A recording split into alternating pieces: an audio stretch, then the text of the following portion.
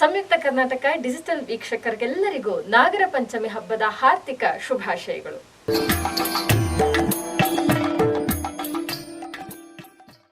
ಈಗ ತಾನೇ ಆಷಾಢ ಕಳೆದು ಶ್ರಾವಣಕ್ಕೆ ಕಾಲಿಟ್ಟಿದ್ದೇವೆ.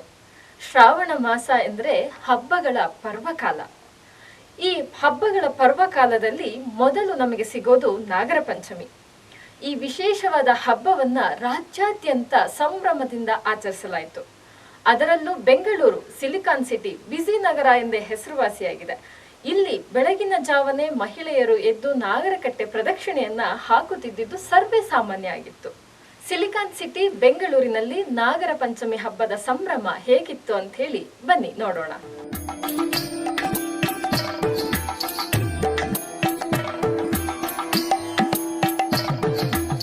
ಇಂದು ನಾಗರ ಪಂಚಮಿ ಹಬ್ಬ. ನಾಡಿನೆಲ್ಲೆಡೆ ಹಿಂದೂಗಳು ಶ್ರದ್ಧಾ ಭಕ್ತಿಯಿಂದ ಆಚರಿಸುವ ಹಬ್ಬವೂ ಇದಾಗಿದ್ದು, ಬೆಂಗಳೂರಿನಲ್ಲಿ ನಾಗರ ಪಂಚಮಿಯ ಕಳೆ ಕಟ್ಟಿದಂತಿದೆ. ಆಷಾಢ ಕಳೆದು ಶ್ರಾವಣ ಮಾಸ ಶುರುವಾಯಿತೆಂದರೆ ಸಾಕು, ಮೊದಲಿಗೆ ಬರುವ ಹಿಂದೂಗಳ ಪಾಲಿನ ದೊಡ್ಡ ಹಬ್ಬವೆಂದರೆ ಅದು ನಾಗಪಂಚಮಿ.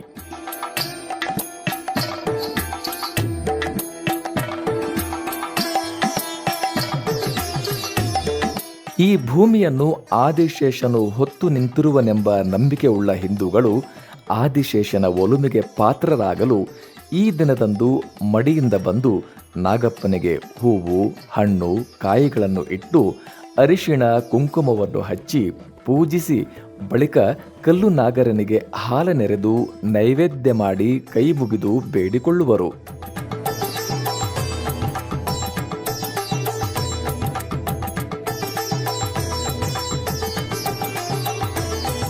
ನಾಗಪಂಚಮಿಯಂದು ಹೀಗೆ ಮಾಡುವುದರಿಂದ ಪ್ರತಿಯೊಬ್ಬರ ನಾಗದೋಷವು ನಿವಾರಣೆಯಾಗುತ್ತದೆ ಎನ್ನುತ್ತಾರೆ ಇಲ್ಲಿನ ಅರ್ಚಕರು.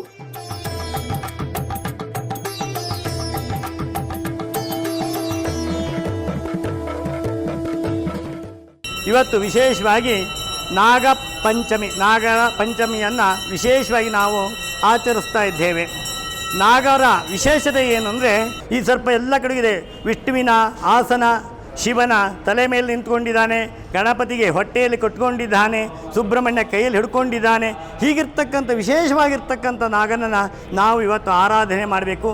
ಅದನ್ನು ಜಾತಕದಲ್ಲಿ ಕೂಡ ಹೇಳ್ತಾರೆ, ಇವತ್ತೆಲ್ಲ ಕಡೆ ಹೇಳ್ತಾರೆ.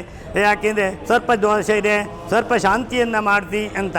ಆದರೆ ಇದು ಯಾಕೆ ಬರ್ತದೆ ಅನ್ನುವಂಥದ್ದು ಜನ್ಮ ಜನ್ಮಾಂತರದಿಂದ ನಾಗನ ಅಡೆತಡೆಗಳನ್ನು ಮಾಡಿದರೆ ಅವನು ಹರಿತಾ ಇರ್ತಕ್ಕಂಥದ್ದಕ್ಕೆ ಹೇಳ್ತಾರೆ. ಮನೆ ಕಟ್ಟುವಾಗ ಕೆಲವು ಕಡೆ ನಾಗ ನಡೆ ಇರ್ತದೆ ಅಂತ ಹೇಳ್ತಾರೆ. ಅಂದರೆ ನಾಗ ಭೂಮಿಯ ಮೇಲೆ ಹರಿತಾ ಇರ್ತಾನೆ ಅಂತ ಅವನ ರೇಖೆ ಇದೆ ಅಂತ ಅರ್ಥ. ಅಂಥ ರೇಖೆಯನ್ನು ಛೇದ ಮಾಡಿದಾಗಲೂ ಕೂಡ ನಮಗೆ ಆ ದೋಷ ಬರ್ತದೆ ಅಂತ. ಅದೆಲ್ಲ ದೋಷಗಳನ್ನು ಪರಿಹಾರ ಮಾಡೋದು ವಿಶೇಷವಾಗಿ ವರ್ಷದಲ್ಲಿ ಒಂದು ದಿನ ನಾವು ನಾಗನನ್ನು ಎಷ್ಟು ಸಾಧ್ಯವೋ ಅಷ್ಟು ಅವನನ್ನು ಪೂಜೆಯನ್ನು ಮನೋತೃಪ್ತಿಯಾಗಿ ಮಾಡಬೇಕು.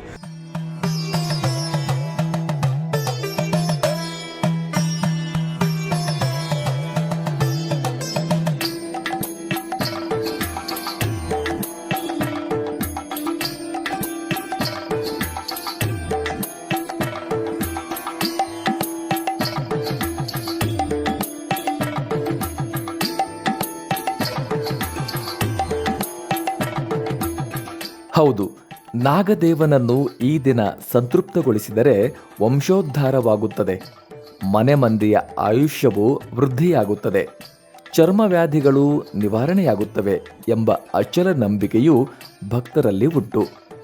ಅಲ್ಲದೆ ತಮ್ಮ ತವರು ಮನೆಯ ಒಡಹುಟ್ಟಿದವರ ಶ್ರೇಯೋಭಿವೃದ್ಧಿಗಾಗಿ ಹೆಂಗಳೆಯರು ಇಂದು ಹತ್ತಿರದ ನಾಗರಕಟ್ಟೆಗೆ ಬಂದು ಭಕ್ತಿ ಭಾವದೊಂದಿಗೆ ನಾಗಪೂಜೆ ಸಲ್ಲಿಸುತ್ತಿದ್ದುದು ಸಾಮಾನ್ಯವಾಗಿತ್ತು. ಈ ಸಂದರ್ಭದಲ್ಲಿ ಸಂಯುಕ್ತ ಕರ್ನಾಟಕ ಡಿಜಿಟಲ್ ಮೀಡಿಯಾದೊಂದಿಗೆ ಮಾತನಾಡಿದ ನಾಗಭಕ್ತೆ ಹೇಳಿದ್ದು ಹೀಗೆ.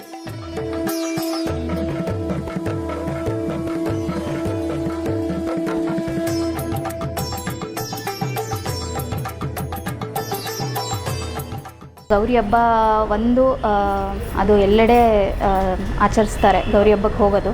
ಸೊ ನಾಗರ ಪಂಚಮಿ ದಿನವೂ ಹೋಗಿ ಸೋದರರು ಯಾರಾದರೂ ಇದ್ದರೆ ಅವರಿಗೆ ಭುಜದಲ್ಲಿ ಉತ್ತದ ಮಣ್ಣನ್ನು ಹಾಕಿ ಸೋದರರಿಗೆ ಆಯುಷ್ಯು, ಆರೋಗ್ಯ ಎಲ್ಲವನ್ನು ಕೊಟ್ಟು ಕಾಪಾಡಲಿ ಅಂತ ಹೇಳಿ ತವ್ರ ಮನೆಗೆ ಹೋಗಿ ಸೋದರರಿಗೆ ದೇವರಿಗೆ ಪೂಜೆ ಮಾಡಿ ಸೋದರರಿಗೆ ಆಚರಣೆಯನ್ನು ಮಾಡಿ ಅವರ ಆಯುಷ್ಯ ಹೆಚ್ಚಾಗಲಿ ಅಂತ ಬೇಡ್ಕೋತೀವಿ. ಅದೊಂದು ವಿಶೇಷ ನಾಗರ ಪಂಚಮಿಯದ್ದು. ಖುಷಿಯಾಗುತ್ತೆ.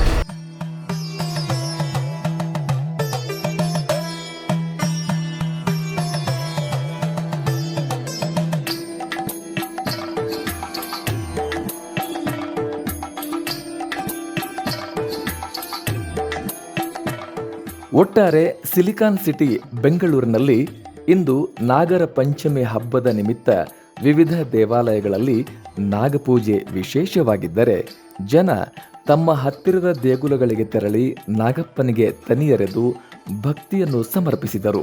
ಬ್ಯೂರೋ ರಿಪೋರ್ಟ್, ಸಂಯುಕ್ತ ಕರ್ನಾಟಕ ಡಿಜಿಟಲ್ ಮೀಡಿಯಾ, ಬೆಂಗಳೂರು.